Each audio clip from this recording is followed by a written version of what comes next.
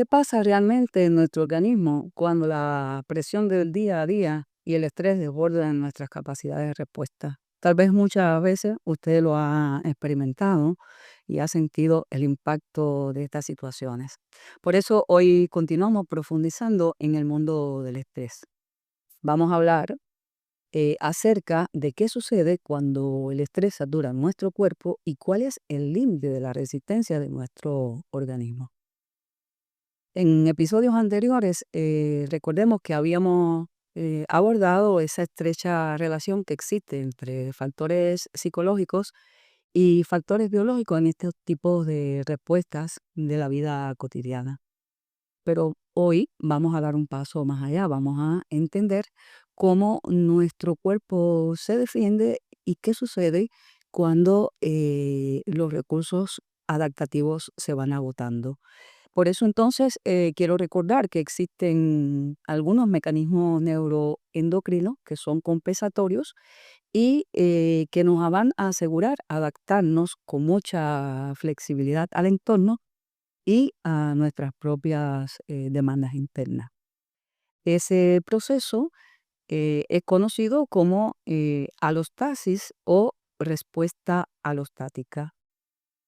Es un mecanismo regulador activo que evalúa de manera constante nuestras necesidades y va a ajustar nuestras respuestas, nuestro parámetro fisiológico a las exigencias del momento, a lo que estamos afrontando, a lo que estamos viviendo. Pero esto, aclaro, es un proceso totalmente normal y de hecho es lo que nos permite sobrevivir y adaptarnos a cualquier circunstancia. Pero siempre es así. ¿Qué pasa entonces cuando ese sistema de ajuste no para? Es decir, no se detiene nunca ante estas exigencias de la vida. En primer lugar, pasamos de la adaptación a la saturación. Es decir, cuando la demanda externa supera nuestra capacidad de recuperación, el sistema se desborda. Y es cuando aparece el estrés crónico y no logramos controlarlo. Entonces, nuestro sistema nervioso, que es quien dirige toda esta actividad, pues mantiene esta respuesta de lucha o huida. Es justamente en esos momentos en que aparece ese estrés mantenido, donde el organismo no logra restablecer el equilibrio, donde el organismo en todos los sentidos se hace vulnerable a padecer o a contraer enfermedades o padecimientos específicos o perturbaciones del bienestar. ¿Por qué? Porque se pueden afectar todos los sistemas funcionales del organismo. Incluso pueden aparecer enfermedades o exacerbarse las ya existentes. En todo este proceso está jugando un papel fundamental una hormona que se llama cortisol, que es la hormona del estrés. Es un mediador químico que cuando se secreta en cantidades adecuadas, pues es altamente beneficioso para nosotros, para cualquier persona. Pero cuando esa secreción es exacerbada, provoca desajustes importantes y respuestas dañinas en diferentes sistemas funcionales del organismo.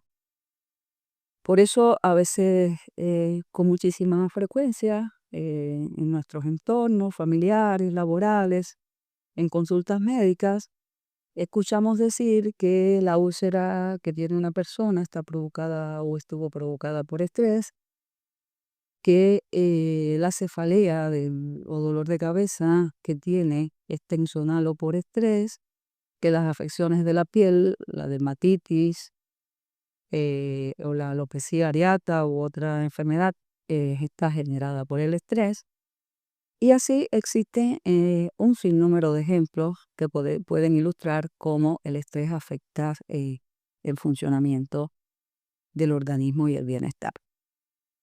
Otro ejemplo que es muy cotidiano y que por ese motivo acuden muchísimas personas en busca de ayuda médica es las taquicardias que se mantienen fuertes, llamativas por estrés. Justamente esto sucede porque las glándulas suprarrenales liberan adrenalina y noradrenalina y se vierten de manera sistemática, mantenida, al torrente sanguíneo. Entonces, ¿qué pasa? El corazón se acelera, se estrechan los vasos sanguíneos y el corazón va a consumir una mayor cantidad de oxígeno y de energía. Incluso les digo más, les digo un ejemplo.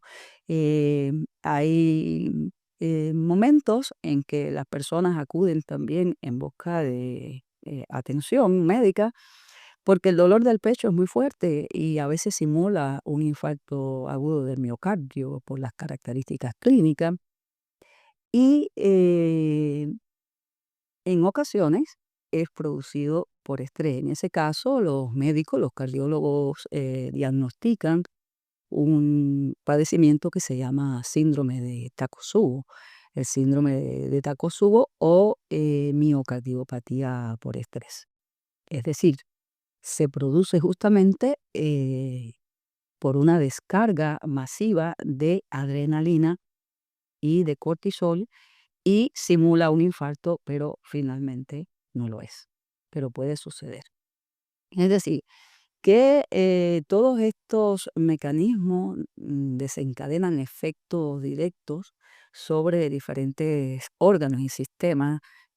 Por ejemplo, en el sistema digestivo se puede producir eh, gastritis, úlceras, porque los efectos de este estrés, por consecuencia de toda una serie de mecanismos fisiológicos bien estructurados y bien explicados, pues afecta la mucosa gástrica, que es la capa protectora contra los ácidos, y estos ácidos agreden estas paredes del estómago y producen afecciones, acidez.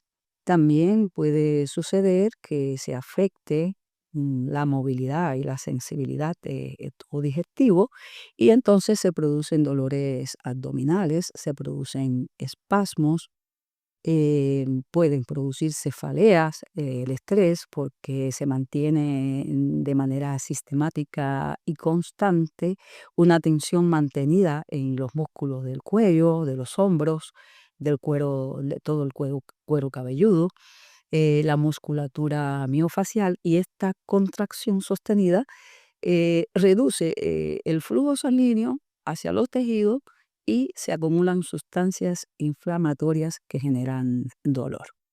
Las enfermedades de la piel que he mencionado, y los brotes que ya he mencionado, los brotes de acné, porque también el cortisol estimula las glándulas sebáceas para que produzcan más grasa, los brotes o picos de crisis de las personas con psoriasis, también es frecuente bajo situaciones de estrés, urticarias, ronchas, pérdida del cabello que se le llama alopecia areata porque también eh, ante las situaciones de estrés extremo, de traumas, el sistema inmune puede atacar por error los folículos pilosos y entonces favorece la caída del cabello en forma de parches circulares.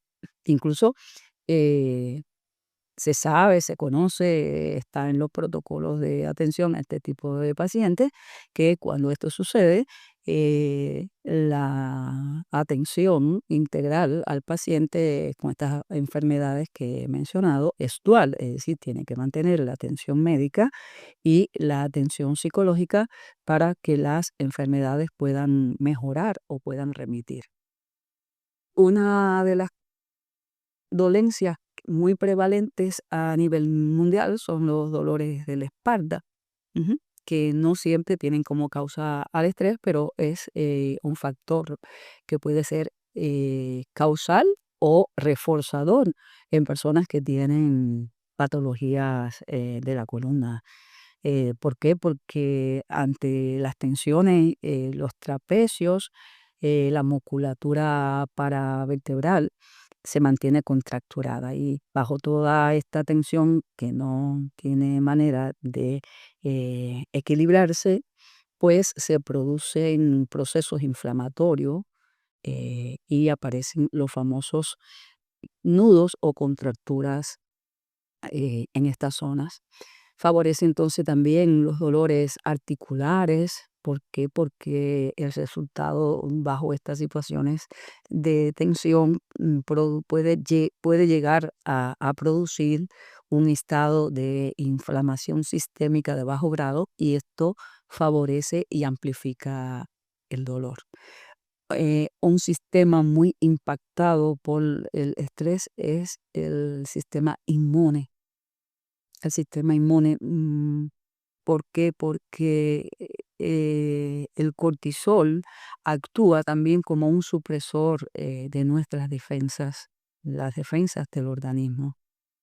Em, Cuando esto sucede, pues hay una dificultad en la producción de los linfocitos o se adormecen y se hace propicio el terreno para que las infecciones y las enfermedades oportunistas pues aparezcan en estos contextos.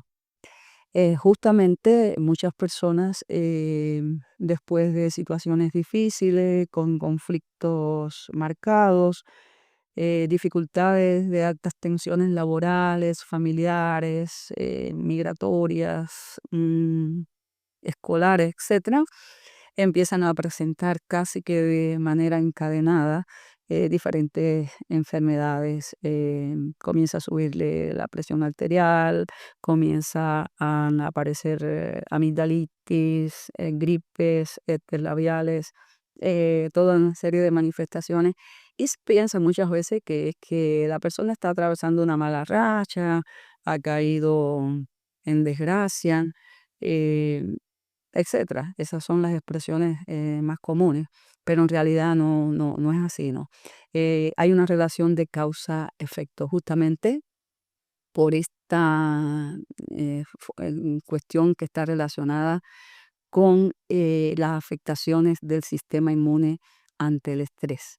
Entonces, lógicamente, aparecen todos estos padecimientos y la persona siente atrapada en un periodo, en una etapa difícil de su vida. Estos son solo algunos ejemplos a nivel físico, pero a nivel psicológico también, por supuesto, el estrés impacta de una manera fuerte, contundente, provoca serios estragos en la vida psicológica, en la vida emocional. Es justamente porque cuando el cerebro está bajo estrés crónico, entra en un modo de supervivencia ejecutiva. Y la amígdala, que es una parte importante del sistema límbico, activa esta señal de alarma de que hemos hablado y desencadena la liberación de cortisol y de adrenalina. Por lo tanto, no solo siente la emoción, sino que es la responsable de que esa emoción se traduzca en una respuesta psicológica, en una respuesta física. Y en esta situación puede que se nos olviden las cosas cotidianas, donde pusimos las llaves, perdemos el sentido del propósito, íbamos a hacer algo y regresamos y no sabíamos lo que íbamos a hacer. No podemos concentrarnos, si estudiamos no asimilamos, tenemos dificultades del sueño porque se bloquea la melatonina, que es la hormona del sueño, el apetito, etcétera. Y a veces hay reacciones explosivas ante situaciones de baja complejidad y que en otros momentos no nos causa esa reacción. porque sencillamente se están agotando las reservas emocionales para autorregularnos bajo esas situaciones de estrés que vivimos. Muchas veces nos juega estas situaciones malas pasadas, nos dificulta las interacciones personales, las relaciones de la comunicación, el logro de metas y objetivos, la toma de decisiones. Es decir, que podemos entonces sentir los efectos del estrés cuando éste se convierte en crónico. Por tanto, me refiero a lo que anteriormente hemos ido viendo. Hemos mapeado cómo el estrés va viajando por nuestro cuerpo y nuestra mente y va dejando sus huellas, va dejando en la piel, en los músculos, en nuestra psiquis, en nuestras conductas, va dejando su huella. Por supuesto, hay algo que es importante, que es cierta la predisposición que tenemos a veces las personas para reaccionar al estrés y eso no podemos olvidarla. Por tanto, hemos entendido que lo que sentimos no es solamente un fallo del organismo, sino que esta respuesta del organismo es necesaria buscar para mantener el equilibrio en un mundo que no deja de exigirnos constantemente. Pero hoy también hemos aprendido algo importante, es que la adaptación no debe ser a costa de nuestra integridad. Es decir, no podemos pedirle a nuestro cuerpo que sea fuerte, que sea resiliente, si no lo ayudamos, si no le damos recursos para que pueda protegerse. Por tanto, reconocer que esa gastritis, ese dolor de la espalda, esa falta de concentración, cuando logramos reconocerla, es un paso importante para reconstruir nuestra salud integral, porque empezamos a escuchar al cuerpo que está levantando su mano y nos está diciendo, necesito una tregua, basta. Entonces, es importante empezar a procesar estas señales, empezar a buscar las alternativas necesarias para dar una respuesta adecuada y coherente ante estas situaciones. Así entonces, em, en nuestro próximo encuentro pasaremos del por qué al cómo. Es decir, explicaré cómo funcionan algunas técnicas psicofisiológicas para desactivar esa alarma interna y tratar de devolverle al sistema el descanso que merece. Y seguiremos aprendiendo que sanar no es solo eliminar el síntoma, es aprender a vivir sin que esa supervivencia sea nuestra única prioridad. Aprenderemos a conocer y a identificar las causas principales que son fuentes de estrés, lo cual, insisto, está individualizado. Es decir, en cada respuesta está el sello personal de cada individuo, sus características personales, en contextos específicos, acorde a la naturaleza de las demandas a que estamos expuestos, porque no todas las demandas y todas las exigencias tienen el mismo tono, tienen la misma significación afectiva. Por tanto, no todos tenemos igual respuesta ante los mismos estímulos.